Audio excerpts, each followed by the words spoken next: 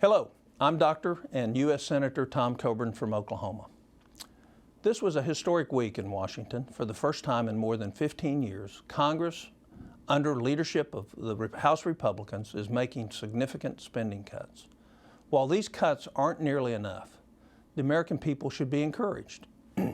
You have fundamentally changed the debate in Washington. Instead of increasing spending, Congress is now cutting spending. That is a monumental shift for Washington. Republicans have also changed the culture of Congress. Earmarks like the Bridge to Nowhere and the Woodstock Museum are a thing of the past. Just 5 years ago, Congress passed 14,000 pork projects worth $29 billion. This year, we're on a pace to have 0 earmarks. These changes could not have come soon enough. Our nation is facing a $14.3 trillion national debt that our own military leaders call the greatest threat to our national security. In these challenging times, we need real leadership to bring us together. As Americans, there is not a problem that we can't solve if we're together. Unfortunately, in his speech this week on the deficit, the President Obama took us 3 steps backward. Instead of describing the threat and bringing both sides together, the President attacked those who have a different vision of government. As leaders, we have a moral obligation to tell the country the truth.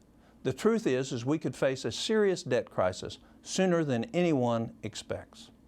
We face an unsustainable debt and unsustainable entitlement programs like Medicare, Medicaid, and Social Security, all of which will collapse if they're not reformed. Just this week, the International Monetary Fund warned our country to get our fiscal house in order quickly before investors lose faith in our ability to repay our debts. If investors dump our bonds, which finance our deficit spending on everything from Social Security, benefits, and to the military spending, our economy could go into a tailspin. We would see interest rates skyrocket, which would harm consumers and add hundreds of billions of dollars to our debt every year. We've already seen PIMCO, the world's largest bond mutual fund, sell all of its holdings of U.S. Treasury bills. We're also seeing troubling signs of inflation, and energy prices continue to rise. What we need to avert a debt crisis is real leadership and specific solutions, not campaign-style political attacks. Unfortunately, the President failed to put a serious proposal on the table. And for an instance, his plan includes a so-called debt fail-safe that fails to actually target the debt.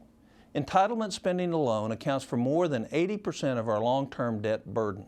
But the President's plan exempts these programs from reform. By pretending that Medicare and Medicaid and Social Security are sound financially when they are not, the President is jeopardizing the benefits for the very Americans he says he wants to protect. He also proposed expanding his failed health care law that will cost Americans now over $2.6 trillion between now and the next 10 years. That makes our debt problem much more difficult to solve. The President wants to strengthen a board of unaccountable medical czars and give them more power to impose price controls and ration care. House Budget Committee Chairman Paul Ryan, who seemed to be the real target of the President's speech, has charted a different course. His plan, which saves $6.2 trillion over 10 years, outlines a path to prosperity, not austerity. He would save Medicare by giving all beneficiaries, beginning with those now under 55, access to high-quality health plans, similar to the plans that members of Congress enjoy. Also under Mr. Ryan's plan, Medicaid's safety net for the poorest patients would be strengthened by transitioning to block grants that empower states to provide care. As a physician, I know firsthand that Medicaid, as it is currently structured, is oftentimes a disaster for patients. Nearly half of physicians don't accept Medicaid patients because the reimbursement rates set by bureaucrats in Washington are so low. Not surprisingly, patients on Medicaid have poorer health outcomes, higher rates of infant mortality, and more complications after major surgery than individuals with no health insurance at all. In the America I know, we liberate citizens from failing programs that deny them choice, dignity, and care.